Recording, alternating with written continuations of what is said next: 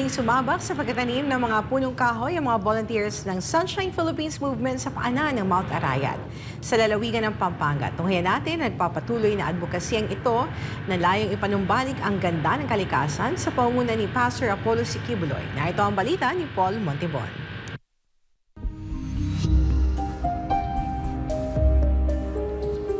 Ang Pilipinas ay mayaman sa iba't ibang uri ng mga puno na nagbibigay ng maraming benepisyo sa kapaligiran, ekonomiya at lipunan. Ngunit sa paglipas ng panahon, tila nagiging hamon ang pagpaparami ng puno sa bansa dahil sa iba't ibang prioridad ng tao dahil sa teknolohiya. Bumabagal rin ang produksyon ng mga puno dahil sa sunod-sunod na isyu ng pagtutroso, mga pagguho ng lupa dahil sa iligal na pagmimina at kapabayaan ng mga tao sa pagprotekta sa inang kalikasan. Dito sa Pilipinas, dahil sa climate change, hindi na bago ang mga pagbaha, mga pagguho ng lupa, dulot ng mga kalamidad.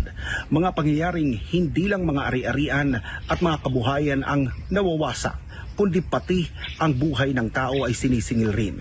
Kaya naman ang muling pagtatanim ng mga punong kahoy ay isang nagpapatuloy na programa ni Pastor Apollo Siquibuloy sa pangangalaga ng ating inang kalikasan. Taong 2005 nang sinimulan ni Pastor Apollo ang mga pagtatanim ng puno, paglilinis ng mga estero, coastal cleanups, hindi lang sa Pilipinas kundi maging sa iba't ibang panig ng mundo. Sa ilalim ng programang Sunshine Philippines Movement, isang programang walang ibang hangad kundi ang gawing mabango, malinis at maayos ang kapaligiran na siya namang magiging daan sa isang matiwasay na pamayanan o komunidad, malayo sa gulo at kriminalidad. Isang bisyon ni Pastor Apollo na hindi malayong marating ng Pilipinas sa pamamagitan ng nagkakaisang adhikain at malasakit sa bayan.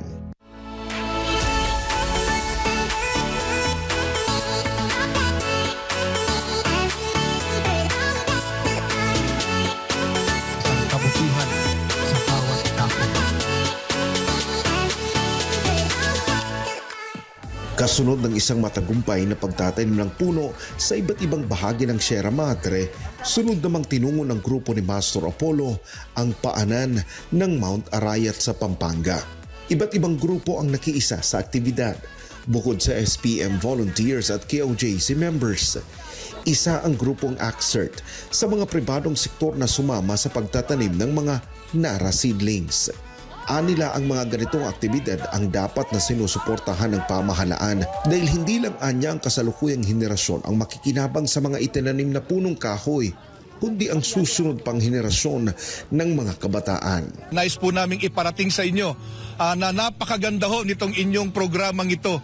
Ang gusto nga lahong naming mangyari sa aming samahan ay suportahan kayo hanggang sa kayo ay makaupo dyan sa Senado. Dahil katulad ho ninyo ang mga taong dapat na nangunguna at namumuno sa bansang ito. Mga taong mayroong tunay na pagmamalasakit, lalo na po sa ating kalikasan. Naniniwala rin ang grupo na hindi pa huli ang lahat para isalba ang ating kapaligiran sa mga inaasahang banta laban sa kalikasan at kagubatan. By 2030, kapag hindi ho nagbago ang paggamit natin o pag-emit natin ng carbon, by 2030, sang-ayon po sa kanilang report, ay kinakailangan lahat ng tao sa buong mundo ay kailangan gumamit ng oxygen. So ang bawat tao kinakailangan pumunta sa 7-Eleven o sa mga supermarket upang bumili ng oxygen dahil wala na silang malalanghap na sariwang hangin. And by 2050, sang-ayon po sa kanilang forecast, kapag hindi nila na-meet yung 1.5 degrees centigrade na init sa ating mundo, ay by 2050 wala na raw mabubuhay sang-ayon po sa Climate Change Department. Lubos naman ang pasasalamat ng mismong namahala sa bundok Arayat dahil matagal nang naging katuwang nito ang grupo ni Pastor Apollo sa pagtatanim ng iba't ibang uri ng puno para punan ang pangangailangan ng mga tanim sa mga nalalagas at nakakalbong bahagi nito.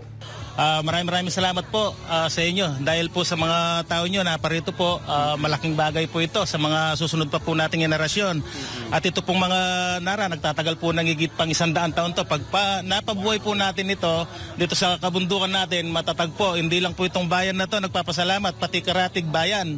Pakiusap na lang nila sa kinauukulan, lalo na sa pamahalaan, na bigyan ng sapat na atensyon ang bundok Arayat, lalo na sa pagdaragdag ng mga tauhan na magbabantay sa bundok para maiwasan ang mga pagkakaingin, pagtutroso at iba pang iligal na aktibidad sa bundok, upang hindi rin nila masayang ang mga pagsisikap na ginagawa ng iba't ibang sektor at organisasyon. Itong saloobin po ng mga magsasaka dito, hindi lamang po sa pagtatanim, sana po papakinggan po tayo ng gobyerno kahit konting tulong lang po.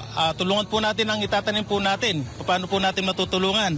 Pagdating po ng Tagaraw, meron pong maraming wildfire po dyan. Paano po natin masasabat yun? Sana po meron po tayo magme-maintenance. At saka kailangan din po natin ng mga bantay gubat. Meron na po dyan pero kulang pa po yun. Samantala bilang first-timer sa aktibidad, puring-puri ng political vlogger na si Badong Aratiles ang inisyatibong ito ng Sunshine Philippines Movement na pinangungunahan ni Pastor Apollo.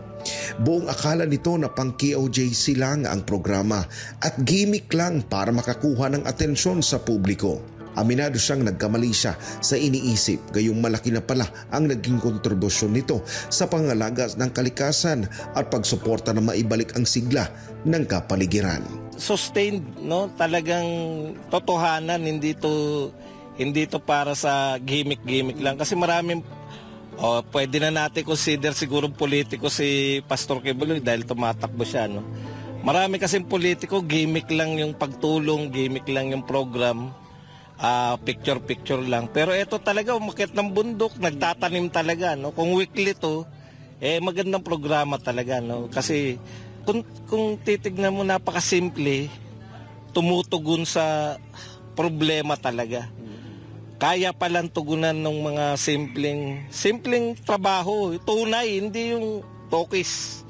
Yun yung pagkakaiba siguro ni Pastor Kibuloy sa mga traditional politician. Namangha rin sila sa butihing pastor na bagamat hindi maganda ang kinalalagyan nito mula sa kamay ng mga otoridad, mararamdaman pa rin nila ang puso ni Pastor Apollo para sa bayan. Nagtataka nga ako kasi yung dating sa atin dahil katatapos lang ng issue niya ng KOJC, nilusob ng di ba, PNP. Akala ko kaaway yung tingin ng PNP kay Pastor. Pero may PNP rito di ba? Hindi pala, no? Tapos yung mga government officials narito rin. So, sa baba pala, iba yung tingin ng national, yung pinipresent si Pastor na parang kontrabida dito sa Pilipinas. Pagdating pala sa local, mga kaya niya palang tumatagos yung program. Kasi siguro nakita nila tree planting to. Ano masama sa tree planting, di ba? Makisama tayo. Mahirap pala ang kalagayan ng isang tao ay kaya rin po pala mag-inspired sa atin. Hindi din lang po siya basta nag-inspired, kundi gumagawa po siya sa pamamagitan po ng kanilang mga kasamahan through dito nga po sa Isiminay at ang KOJC. Mga kababayan, hindi po ito ginagawa ni Pastor dahil lang sa kanilang grupo, kundi lahat po tayo, ano man ang kulay ng relihiyon mo, saan ka man nakakaanib na grupo, ay kasangkot po tayo, kasama po tayo rito sa inisyatibang ginagawa ni Pastor Apollo Kibuloy. Mga kababayan, despite sa kanyang kalagayan ngayon, nagagawa niya po ito. How much more tayo po na may mga nandito po, malaya po tayo ngayon na nakakagalaw. Ano pa ba ang ating dapat gawin? Kundi makiisa sa mga ganitong gawain dahil napakaganda pong inspirasyon. To Pastor Apollo Kibuloy, sana po huwag kayong magsawa, Pastor. Dahil napakaganda po nitong inyong ginagawa. Ako po ay buhay na saksi. Doon po sa Glory Mountain sa Davao, nakita ko po at talagang nakakita ako ng mayroon palang ganito, paraiso sa Pilipinas. Which is, malamang Pastor, yun siguro ang gusto nyo rin mangyari maganap sa buong Pilipinas. Yung experience natin dito, malamig yung yung lugar kasi dahil sa mga puno. So, inimagine ko kung walang mga punong ito, ano kaya ang pakiramdam natin dito at anong mangyayari. So ganun kalaki yung may tutulong ng pagtatanim ng mga puno. At ako nag-inspired na ako kay Pastor dahil sabi ko naging advocacy ako na rin to na ito yung impluwensya ni Pastor na gusto niyang mangyari sa buong Pilipinas. Kaya dapat itong gawin natin ito sa lahat ng dako ng Pilipinas. Kaya pasalamatan po natin si Pastor Apollo Quiboloy sa kanyang napakagandang advocacy na to na talaga nakakatulong sa kalikasan. Sa kaalaman ng lahat, hindi lang ito ang first time nating nagkaroon ng tree planting dito sa Arayat. 4 na beses na po tayo nag-tree planting dito, kaya kilalang kilala na nila si Pastor, kaya tuwang-tuwa sila na alam nila na ito'y ginawa ni Pastor hindi dahil tumakbo siya bilang senador, siya ay ginawa ni Pastor ito dahil noon pa man advokasya na ng ating buting Pastor. Tunay ngang wala nang hihigit pa sa isang taong walang ibang nais kundi ang mapabuti ang ating bansa. Gawing ligtas ang mamamayan mula sa banta ng mga kalamidad at kriminalidad. Gaya ng sabi ni Pastor Apollo, sa sama-samang pagkilos, makakamit ang isang maayos, malinis at napakagandang Pilipinas. Para sa Diyos at sa Pilipinas nating mahal, ito si Paul Montibon, SMNI News.